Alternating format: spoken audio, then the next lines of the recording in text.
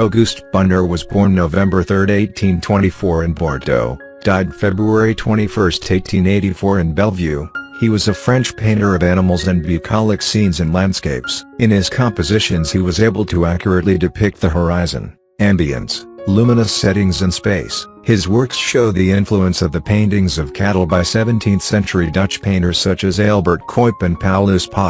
During his lifetime Bonheur's works were compared to those of his more successful older sister, the renowned animal painter Rosa Bonheur. This is believed to have had a negative effect on his career. Nevertheless, Bonheur's paintings enjoyed popularity among British art collectors. In the Netherlands, the uncle of Vincent van Gogh, an art dealer also called Vincent van Gogh, owned one of his paintings.